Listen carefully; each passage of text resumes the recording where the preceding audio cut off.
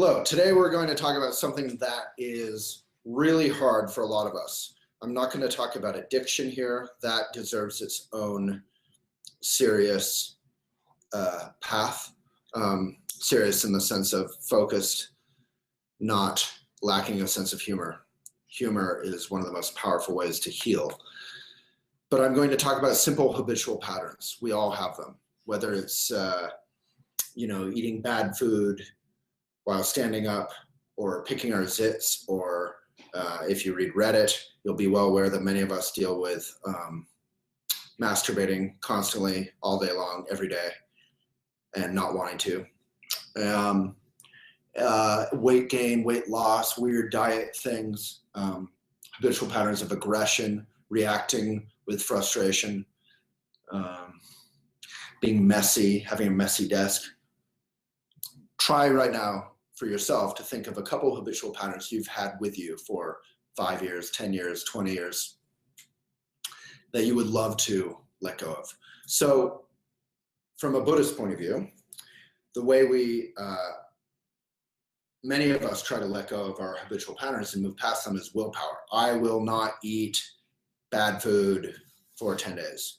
But then we wind up eating ice cream or what have you. That's why many people enjoy the gluten-free diet as a way to lose weight, not because they need it, but because they want to lose weight, or Atkins or paleo because it gives them a concrete way to eat and to move past the diet that they've been frustrated with for a long time. So the Buddhist point of view would be less about willpower or creating a new fake sort of system that you can live within. It's more, surprise, surprise, about meditating. So meditation isn't just being spiritual and sitting with your hands on your knees and wearing flowy Lululemon stuff and a shawl.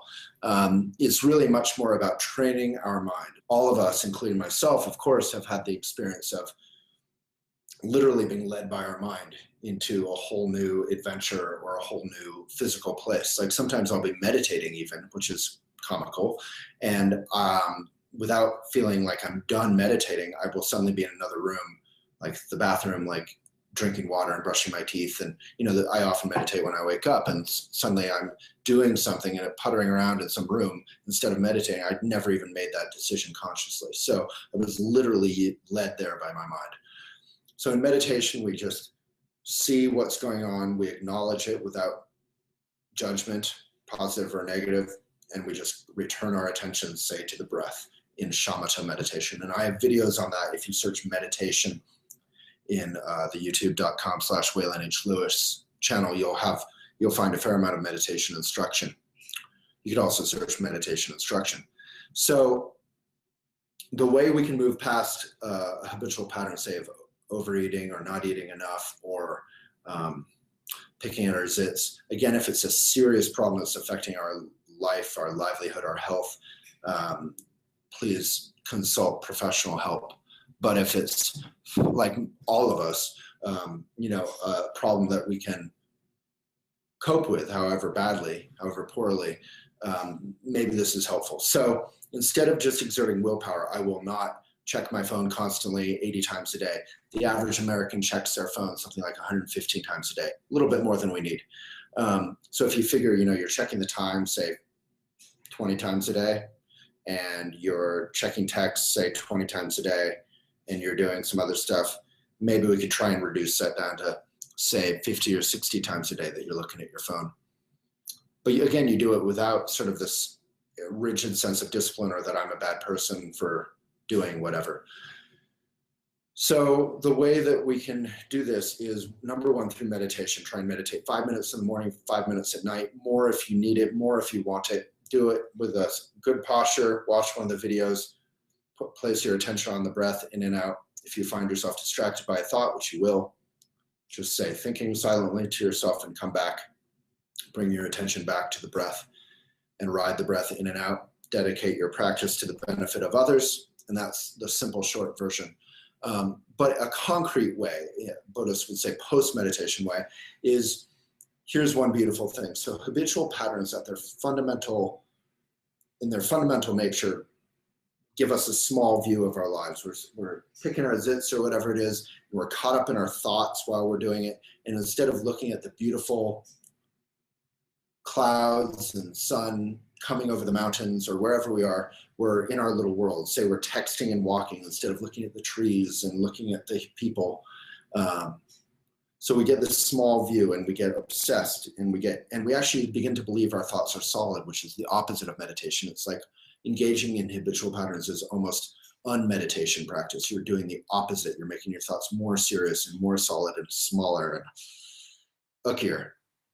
So instead, maybe if you are connecting with this, you can practice for, say, 1 day or 1 week. Take a bite-sized chunk and do it with a sense of adventure, not diet, not trying to be hard on yourself. And try for 1 week, never walking, never multitasking with your phone. So if you're doing one thing, you're stopping, you're sitting, and you're Instagramming or texting, that's fine. But if you're doing it while drinking coffee or while smoking or while talking or while walking, try and let go of that and just be fully present. Enjoy looking, really get into looking at the mountains, look at the trees, look at the sky, look at the person, listen to the person you're talking with, and just do one thing. So let's try not multitasking their phone for 1 week. Certainly not driving and texting or calling, hopefully. And then another one is fidgeting. This is an even simpler one. So if you find yourself, like people fidget with their tongue, people fidget with their hands, people fidget with their knees bopping up and down constantly. Whatever fidget you find, just relax it. You don't have to say, oh, I'm bad for fidgeting. Oh, I need to not fidget. Just stop shaking your knee up and down. Stop scratching, yourself constantly. I'm always playing with my beard when I have a beard. Can't blame me, really. It's so weird. It's a fun thing. Just let go of that. So those two things, the phone and fidgeting, begin to build and train our mind with an ability to let go and relax with habitual patterns whenever they come up. So they're not just about texting bad, fidgeting bad. It's really you're using those two things as a way to wake up your entire life so that you can get outside of what Trungpa Rinpoche talks about in Shambhala, the book Shambhala, as the cocoon, this tight, cramped, smelly, stale little space, and we can open the window and enjoy life fully and be of benefit. Thank you.